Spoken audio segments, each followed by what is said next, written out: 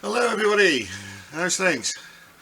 Good. Right, so I've got some Hanon exercises for you today. Now, what's Hanon? Well, it's a staple. It's part of the staple diet for pianists. Most pianists will practice the Hanon exercises every day. Written in 1873, I think it was, by Charles Louis Hanon, French pianist.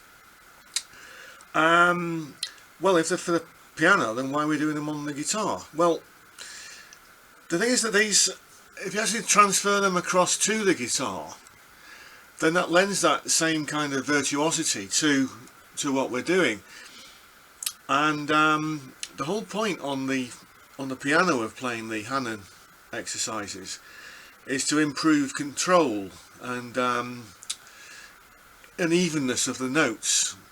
I'm going to post a link to a pianist called Akira Ikegami.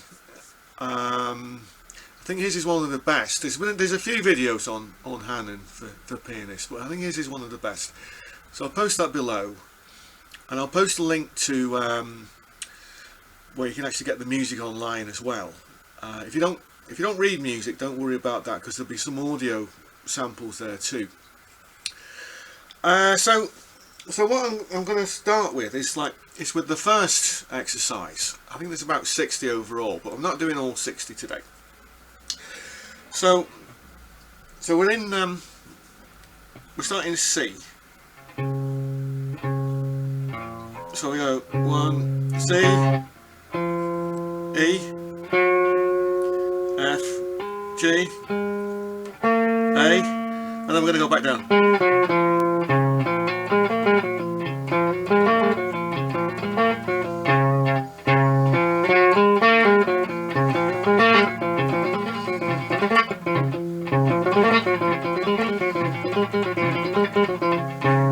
Okay, so that's the basic exercise. Now what we're going to do, we're going to move that up.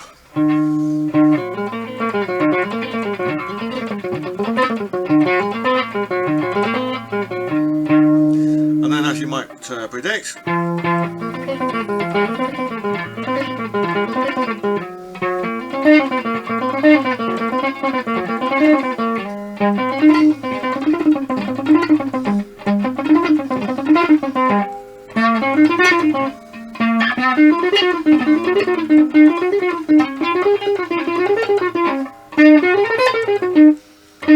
right, now, so I'm going to stop there. Right, so I'll break that pattern down a little bit more. Now we could go by the notes, or we could go by the intervals. It's better if you actually go by the intervals. So if we're starting in that C, so we're going 1, which is about the root. 1, 3, 4, 5, 6, 5, 4, 3, 1, 3, 4, 5, 6, 5, 4, 3, 1, 1, 3, 4, 5, 6, 5. Because if we actually know what that pattern is in terms of the intervals, then we can apply that to all the modes and all the positions, and that will really unlock your fingers. And so what we're actually working on, we've got like the logic of the pattern that we're playing, but we've got the intuition of where your fingers will actually lie. Of course, it's slightly more tricky on the guitar because we can play that pattern in different positions, but I can easily play that.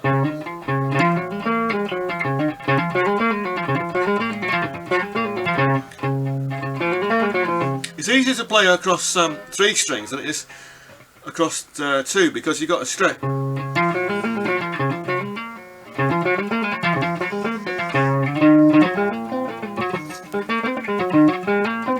You see how much of a stretch that is?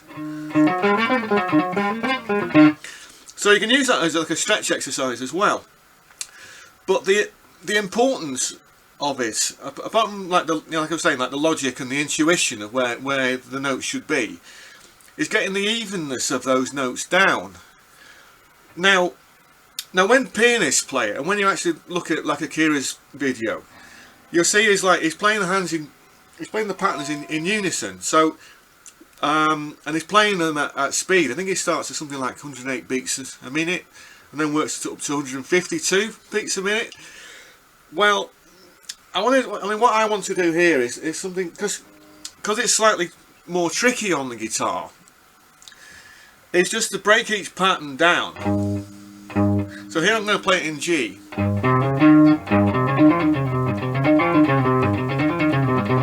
And just keep repeating that pattern. Start at a comfortable speed.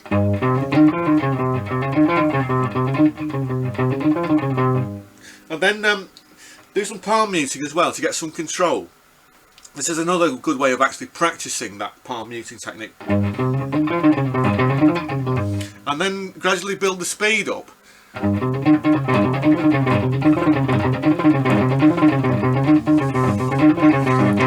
Then slow down.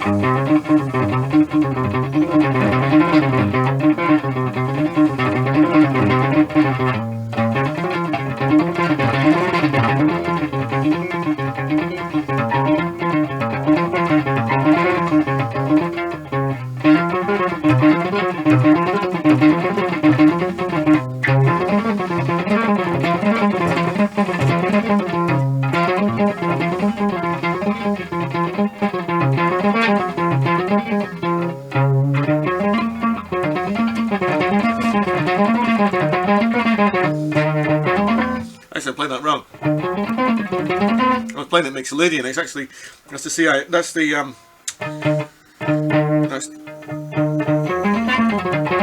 yeah. So that's D. It's Dorian mode, isn't it? What am I talking about?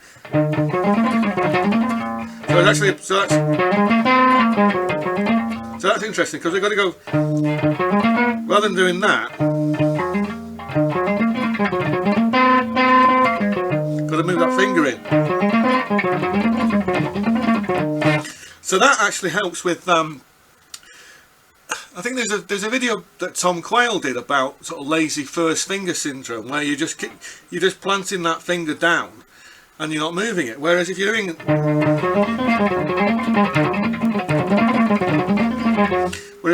that, you're having to move that finger to play that. So that helps with that technique as well.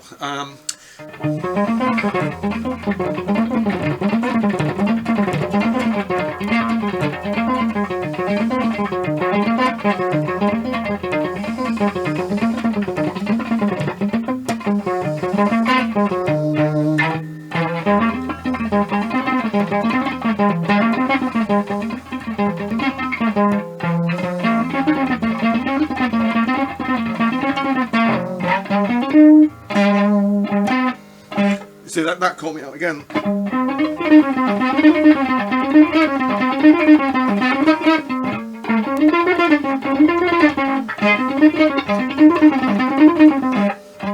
Okay, and then work your way back. Then on this group of these three strings.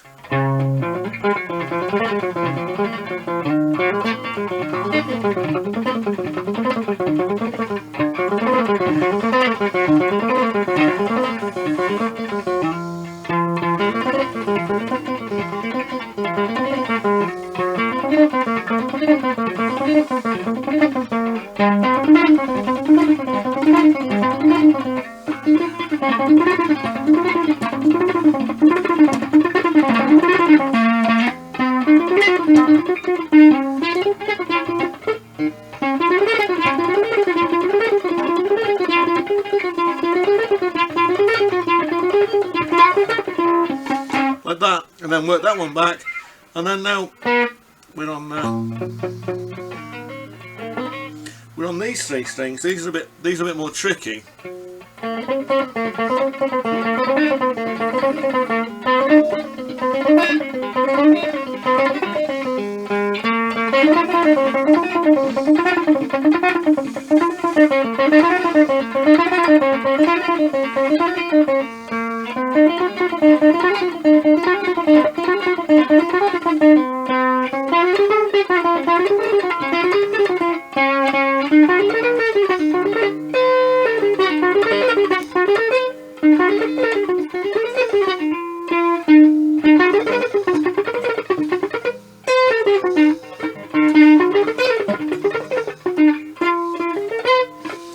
now this is where it starts to get hard here.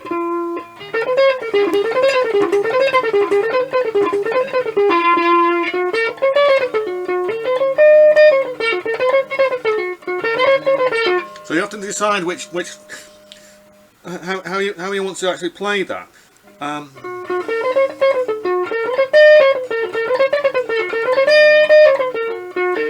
Well, so do you want to do it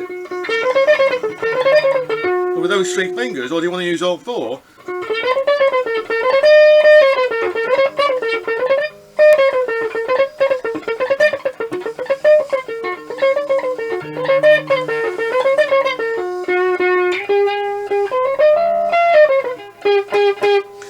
And then work that one down.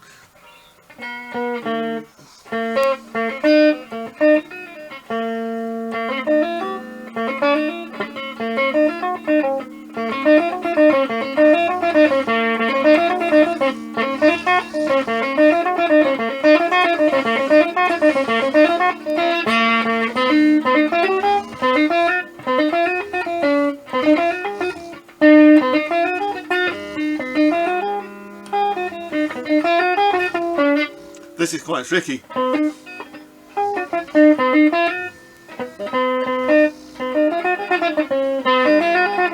Well, it was in that position anyway.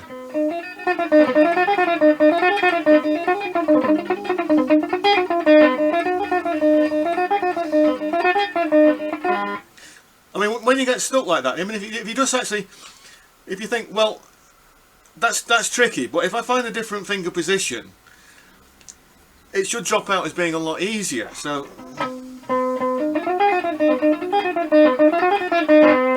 as opposed to,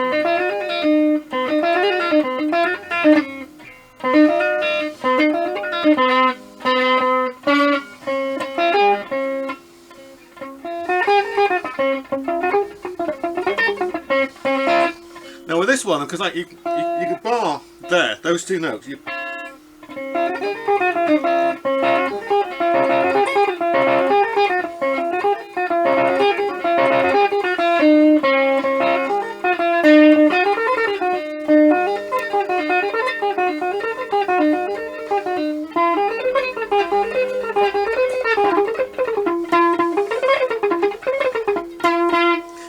Try not to play it too fast though. I mean, because there's a big danger of rushing these, and that's not the point. The point is to start slow, speed up, slow down, speed up, until you're comfortable with it.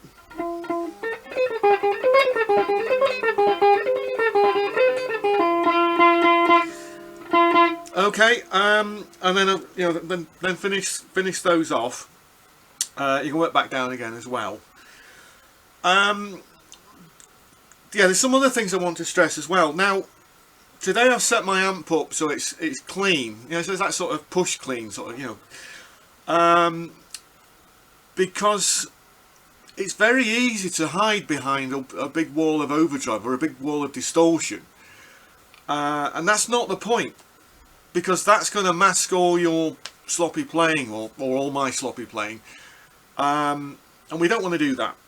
What we want to do is we want to be windowing in on, well, why isn't this even? Why am I glitching? Why is my timing off? Because I mean, if I'm playing that pattern, starting on this 1 2 3 4 5 6 7 8 1 2 6 7 8 1 2 3. If I can't count that 8, I'm doing something wrong. And if I'm counting the 8 and I'm not getting each note even,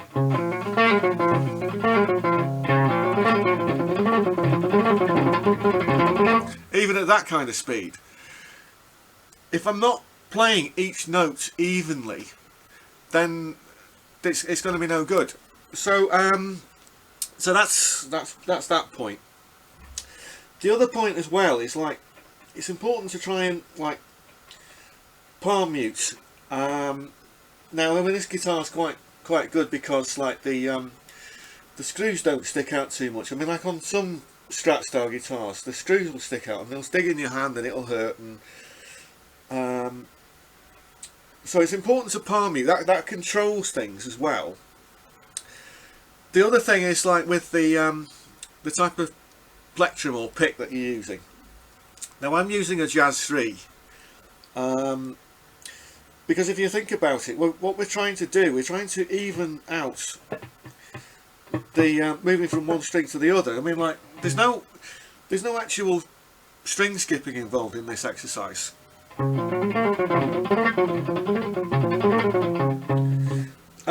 But the way I hold my pick, I mean, I'm holding it like that.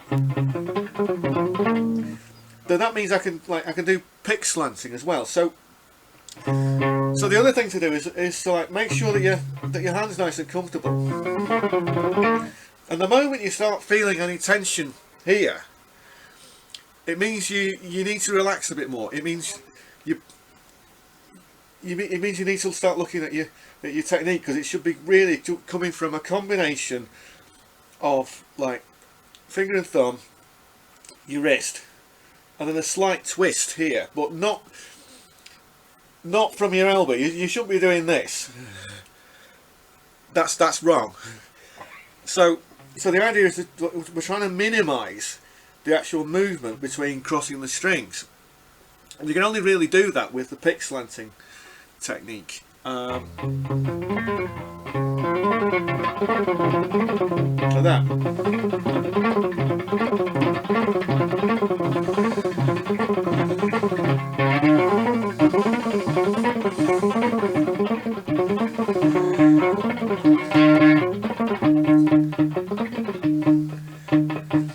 So it's almost like a pinch. It's like a combination of almost like pinching to do the pick slant.